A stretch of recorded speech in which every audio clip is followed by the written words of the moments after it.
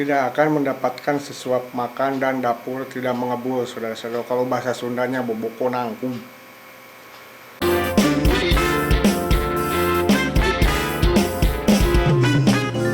Assalamualaikum warahmatullahi wabarakatuh pemirsa. Selamat berjumpa kembali dengan saya Muhammad Irfan di channel Bacot Mang Joni. Oke saudara-saudara, apa yang akan saya bahas kali ini? Untuk yang tidak bisa mudik ke kampung halaman, saudara-saudara tidak usah resah dan khawatir, saudara-saudara. Oh ya, dan apa ini saudara-saudara? Saya tetap konsisten memperkenalkan kerajinan tangan dari Tasikmalaya. Dan apa ini saudara-saudara? Nanti saya akan jelaskan di penghujung tayangan ini, saudara-saudara. Dan untuk tidak terjadinya kesalahpahaman, maka silahkan tonton tayangan ini sampai selesai, saudara-saudara. Jangan lupa subscribe, like, dan komentarnya. Kegiatan mudik adalah suatu tradisi di negara kita dan di negara-negara, mungkin ada negara lainnya, saudara-saudara ya. Dan itu juga mendukung untuk bersilaturahim ya. Dan kegiatan tersebut hampir sudah menjadi rutinitas setiap tahunnya bagi para perantau, saudara-saudara.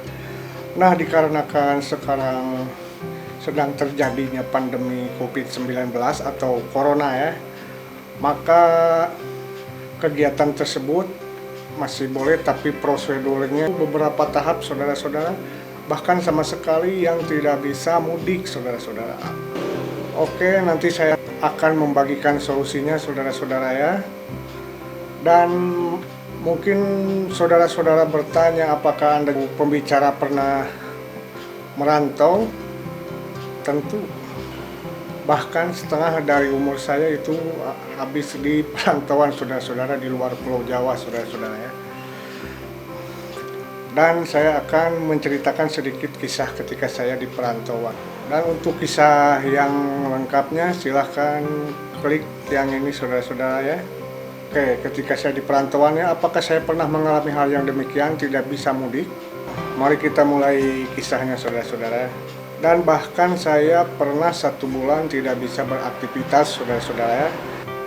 Saya sebagai wira swasta ya, berniaga, tidak bisa berniaga hampir selama 1 bulan dikarenakan terserang endemik malaria ya, hampir 1 bulan, saudara-saudara. Ketika itu istri saya turut ikut serta ya di perantauan, mana anak belum 1 tahun lagi, belum 1 tahun, menangis terus. Sedangkan penghasilan waktu itu saya harian ya, bila mana saya tidak keluar, tidak akan mendapatkan sesuap makan dan dapur tidak mengebul, saudara-saudara. Kalau bahasa Sundanya boboko nangkum.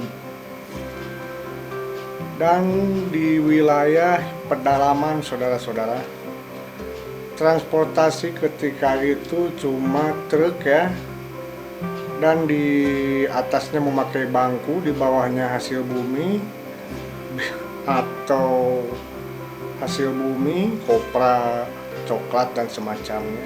Dan di atasnya itu memakai bangku dan terpal untuk melindungi dari panas sinar matahari. Sedangkan jalannya itu, saudara-saudara, ketika hujan penumpang turun semua dan membantu mendorong truk supaya bisa berjalan. Nah, bagaimana saya menjalani endemik malaria? Tentu sebagai manusia saya merasa was-was atau hampir putus asa bagaimana menafkahi anak istri saya ya, sedangkan perniagaan saya terhenti total hampir 1 bulan, saudara-saudara.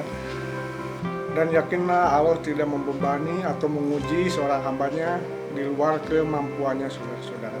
Dan juga sesudah kesusahan pasti ada kemudahan, dan sesudah kesusahan ada kemudahan 2 kali itu ya, di surat Al-Insyirah. Dan alhamdulillah, saudara-saudara, ketika itu kabar saya yang sedang kena endemik malaria itu tersebar sampai ke kerabat-kerabat saya yang masih berada di perantauan ya. Maka ketika itu kerabat-kerabat saya atau teman-teman saya yang berada di perantauan, baik satu kampung dengan saya, bahkan satu pulau dengan saya, jadi ikut meringankan beban, saudara-saudara. Mana ketika itu saya ada cicilan kendaraan ya, ada yang bayarkan dulu itu cicilan kendaraan, alhamdulillah. Dan kepada orang tua di kampung, saya tidak menceritakan bahwa saya sedang mengalami sakit parah. Saya menceritakan alhamdulillah sehat-sehat saja supaya tidak menjadi beban pikiran orang di kampung, saudara-saudara. Nah, apalagi solusinya ketika di perantauan, silahkan tonton lagi yang ini, saudara-saudara ya. Dan itu tidak ada suatu wadah pun atau suatu organisasi perantauan, tapi ketika itu orang-orang rantau semua, baik satu kampung, satu daerah, bahkan satu pulau Jawa ya, dengan saya ikut turut serta membantu, saudara-saudara. Dan penduduk sekitar di sekitar tempat saya pun ikut membantu sedikit-sedikit, saudara-saudara.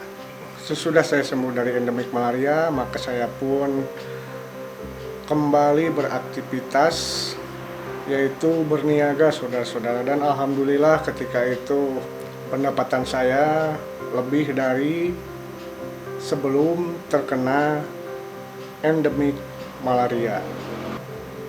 Nah, itulah kisah saya. Nah, apa hubungannya dengan solusi ketika di perantauan tidak bisa pulang? Oke, solusinya yaitu ketika mungkin mau mudik atau mau pulang kampung, rencananya mau bersilaturahmi dengan sanak saudara kerabat. Dikarenakan sekarang teknologi sudah canggih, begitu canggih, saudara-saudara, maka apa salahnya bersilaturahmi dengan online ya, saudara-saudara. Dan untuk yang terjebak di zona merah tidak bisa beraktivitas, maka saya sarankan itu ya, yang agak sedikit kelebihannya itu memberikan bantuan kepada saudara kita rantau yang memang penghasilannya tidak terlalu tinggi, saudara-saudara. Saya kira tidak mungkin semua orang penghasilannya sama ya, ada yang tinggi, ada juga yang di bawah ya. Nah, apa salahnya tanpa ada komunitas? Lebih bagus itu ada komunitas ya, komunitas perantau dari itu menggalang dana atau menggalang bantuan. Di samping bantuan dari pemerintah juga, mungkin itu juga bisa untuk bermanfaat ketika COVID atau Corona masih mewabah, saudara-saudara. Dan apakah saya pernah tidak pulang? Pernah, saya sampai 4 tahun, bahkan 3 tahun sekali baru pulang, saudara-saudara. Dan alhamdulillah orang tua juga pengertian, tidak terlalu menuntut untuk selalu pulang, karena keadaan mungkin usaha yang kadang pesat maju atau kadang di bawah itu, maka orang tua saya pun mengerti, apalagi jauh ya, di luar pulau ya. Mungkin untuk memaksakan berenang kalau bisa berapa ribu mil itu jaraknya, hal yang tidak mungkin, saudara-saudara. Dan saudara-saudara, untuk Lebaran tahun ini atau hari raya tahun ini, maka relakanlah tidak bersilaturahim dengan bertatap muka ya. Bisa juga bertatap muka dengan melalui media sosial ya, saudara-saudara, untuk mencegah penyebaran virus corona ya, karena itu adalah lawan yang tak kasat mata, saudara-saudara. Dan carrier-nya atau pembawanya adalah orang ya. Dan untuk yang penasaran dengan cara-cara dan pengalaman saya yang lainnya, silahkan klik yang ini, saudara-saudara. Dan MUI juga menghimbau saudara-saudara bersilaturahim dengan sosial media. Nah, itu salah satu solusinya, saudara-saudara. Oke, ini apa saudara-saudara yang saya bawa ini adalah namanya sosok ya, gunanya untuk menyaring air di kolam ikan ya, supaya ikannya tidak keluar dari kolamnya, dan menyaring sampah supaya tidak masuk ke kolam ikan orang lain atau ke sungai.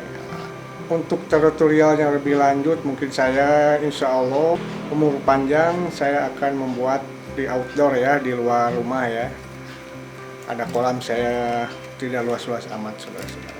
Dan bisa juga dikreasikan menjadi kreasi lain-lain seperti kap lampu atau hiasan rumah ya, bernuansa tradisional, bernuansa desa ya. Kerajinan tangan Tasikmalaya, Jawa Barat, Indonesia. Cukup sudah kali ini dari saya saudara-saudara. Assalamualaikum warahmatullahi wabarakatuh.